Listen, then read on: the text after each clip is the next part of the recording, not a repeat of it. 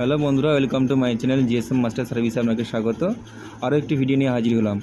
এই সেটটির মডেল হচ্ছে আসুস জেনফোন ম্যাক্স।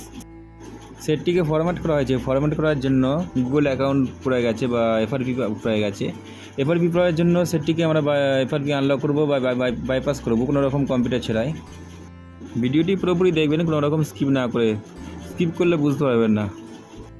তো আপনি যদি আমার চ্যানেলে নতুন হয়ে থাকেন তাহলে চ্যানেলটিকে অবশ্যই সাবস্ক্রাইব করে রাখবেন এরকম ভিডিও দেখার জন্য। তার জন্য সর্বপ্রথম আমরা সেটটিকে কোনো হটস্পট বা ওয়াইফাই কানেক্ট করে নেবো যাতে সেটটি নেট থাকে।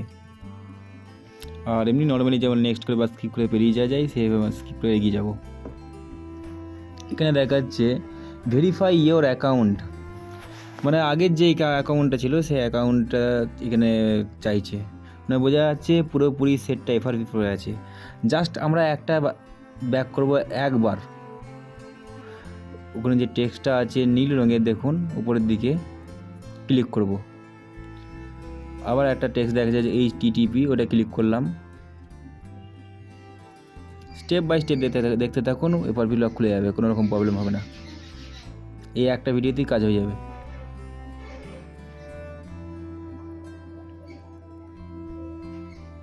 ওদিকে স্ক্রল করে এই যে টেক্সটগুলো আছে টেক্সটে আমরা লং প্রেস করব।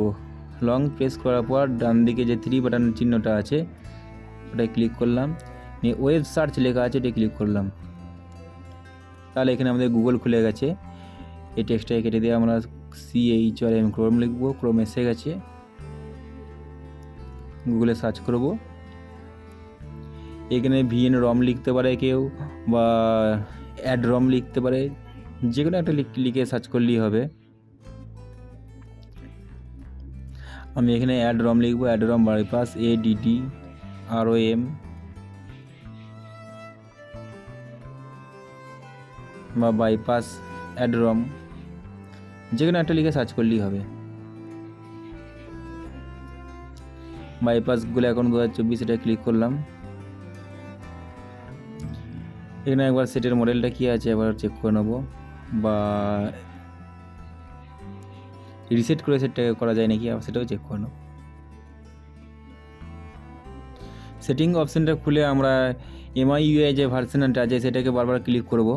আগে অ্যাবাউটে যাই, অ্যাবাউটে গেলাম, ব্যাক,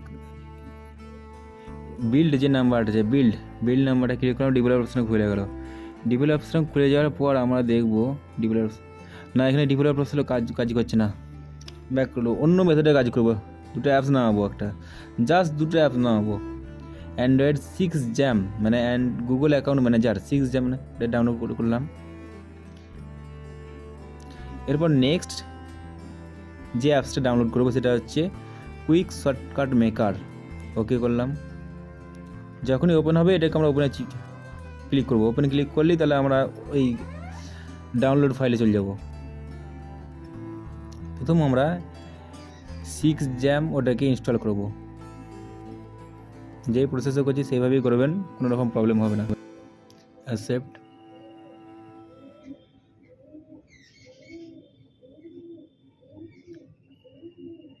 এখানে কিছুক্ষণ ওয়েট করবো আমরা। এরপর কুইক শর্টকাট মেকার এটা ইনস্টল করব।